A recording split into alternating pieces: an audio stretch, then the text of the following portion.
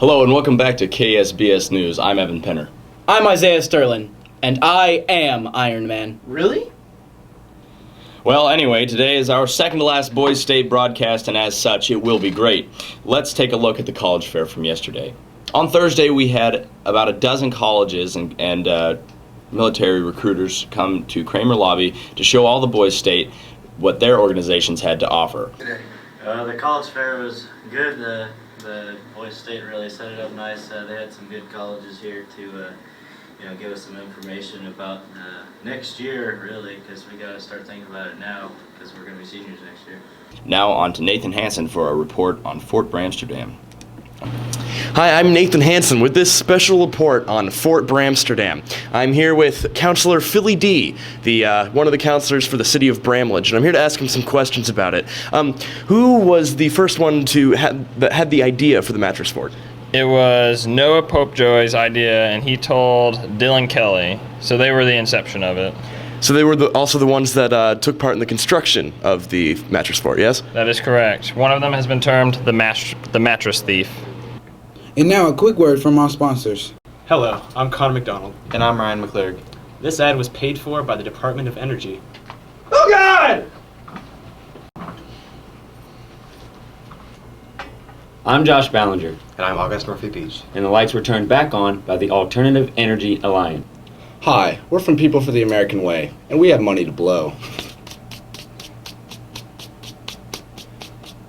And if you want this money, all you have to do is... We are farmers. Bump it up, bump, bump, bump, bump. Hi, I'm Nathan Hansen, and today with this veteran interview, we have Bob Jenkins. So, Bob, where are you from? I'm from Kansas City, Kansas, Wyandotte County. Wyandotte County? All right, great. Why did you join the Army? Well, back in the time when I was going to college, if you didn't join the Army, you'd get drafted, and I had an ROTC commission. I went to college on ROTC scholarship and got a commission through ROTC at Pittsburgh State University. All right. So what branch of service were you in? I was a captain eventually in the United States Army. I was in the Army for 3.5 years. Okay. Did you have any awards or anything like that? Oh, I've got some, yeah.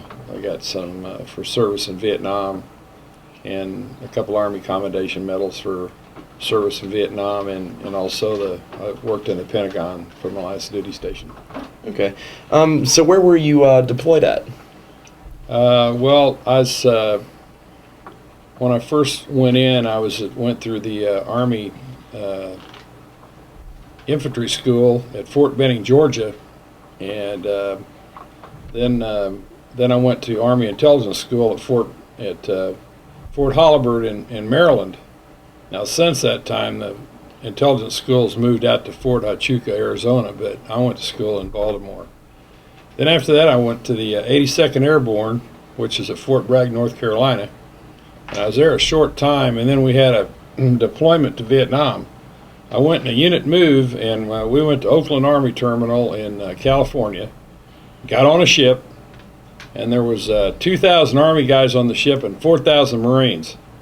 And during the morning time, the Army guys would be downstairs sleeping, and the Marines would be up on the upper deck, and they'd be do calisthenics at 5 o'clock in the morning. And then we went to Hawaii for a short time, a layover, and then we went to Okinawa as a stopover, and then we went on to Vietnam. Very neat. So did you have any a job, or what did you do in your free time while you were? Well, I was a counterintelligence agent. That was my job in the Army. Now, it's pretty obvious that, a big guy like me, an American guy like me, just can't go spy on people. That's basically what counterintelligence was all about. So we had to deploy and hire special agents to work for us that were Vietnamese on the economy. We hire them, and then they'd run the operations for us and stuff like that. And what my main goal was, and what my unit was, the unit I was assigned to, we were trying to get out POWs. We work with POW information and trying to get information, collect information on guys that had been captured. And once a guy was captured over there, there really wasn't much of a chance for him to get out. He could get out, but it was very difficult. Especially the pilots that were shot down in the north, in North Vietnam, they had a difficult time getting out. And most of the people that were captured in South Vietnam, they were captured on patrols and they were captured in ambushes and things like this. Most of the time they were running around through the jungles in big long bamboo poles. They were tied to bamboo poles and run through the jungle like that. So it's hard to see those people from the air that hide them, and this sort of thing. And we try to collect information to where we could get them out and try to get them out. Very neat. So how long did you serve for? I was in the Army a total of 3.5 years. And after I came back from Vietnam, I had a job at the Pentagon. And I worked for an outfit called the Pentagon Counterintelligence Force. And it was an exciting time in history because this is in the late 60s. And, of course, we're for the government. And then we had the guys that were against the war, the anti-war people in Washington that staged protests and this sort of thing. Also, when I was there, we had to augment the Secret Service a lot of times. When they were traveling around, they needed more people. And I had 55 guys that worked for me as agents. And most of these kids were real sharp. And a lot of them were Boy Staters, believe it or not, from eastern cities. And what happened was when the president, then it was Lyndon Johnson, would come to the Pentagon, we augmented the secret police and also the Secret Service in guarding his life. Then after that, we had some other exciting stuff going on too, like in June of that year, Martin Luther King, I think it was June, Martin Luther King got killed, and we worked on his funeral in Washington, D.C.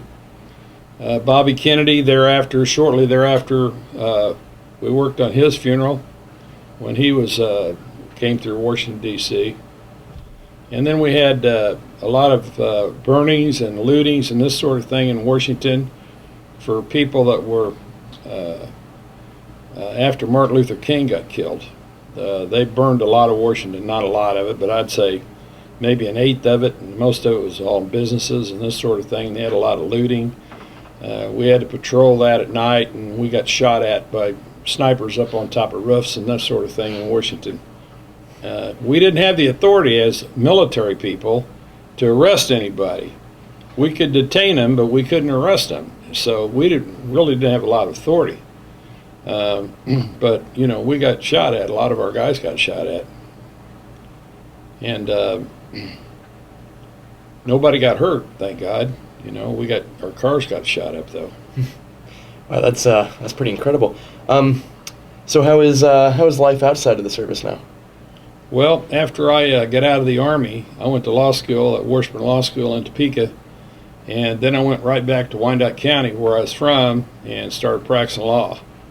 And within 3 months after I was out of law school, there's a lot of alleged criminals in Wyandotte County. We call it Crime Dot.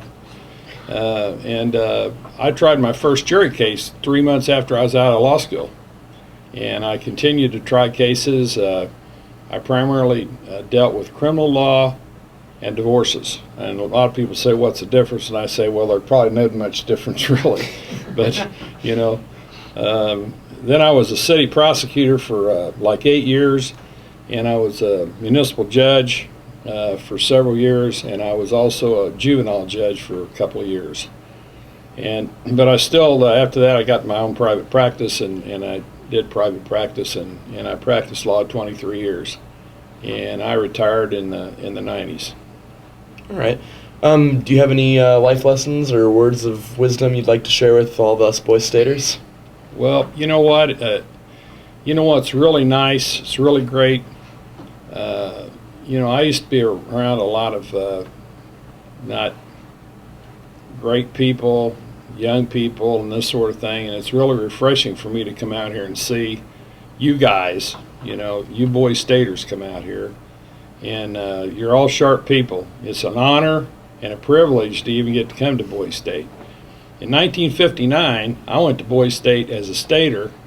Back then we had it in Wichita, Kansas, and we had a dance at the end of the week, but that's long gone by now. But you know, we had these girls, and they all looked good at the end of the week. I promise you that. You know, and so we'd get to go out with these girls and stuff. But you know, that's been done away with. And then from Wichita West, it went to Lawrence, to KU, and then it's been at K-State here, I think, since 1990. So, but I'd just say this. I liked what John said about being involved, you know. If you're going to get involved. Don't do it half-assed, do it all the way. And it's really neat to see people of this caliber come out here, because you guys are going to lead us. You know, I'm convinced. I've seen some people here this year. The talent scout, the talent people last night, you know, the talent show was great. I've seen some really smart kids here. I've been involved with the Supreme Court a little bit, and also in the counties in the cases being tried. And it just amazes me how much further along you guys are than I was at your age as far as the law business goes. And it's really neat, and I encourage all of you to do your best in life, and I'm sure that this experience you'll have here will benefit you.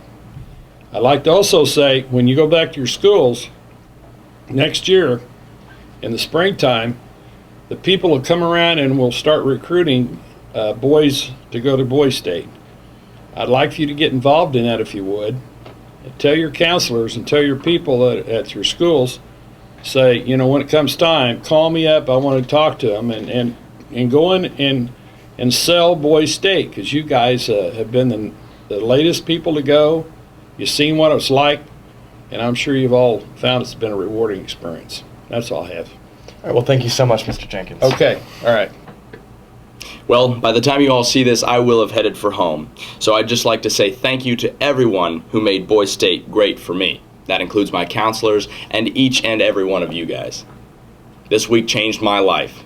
Evan out.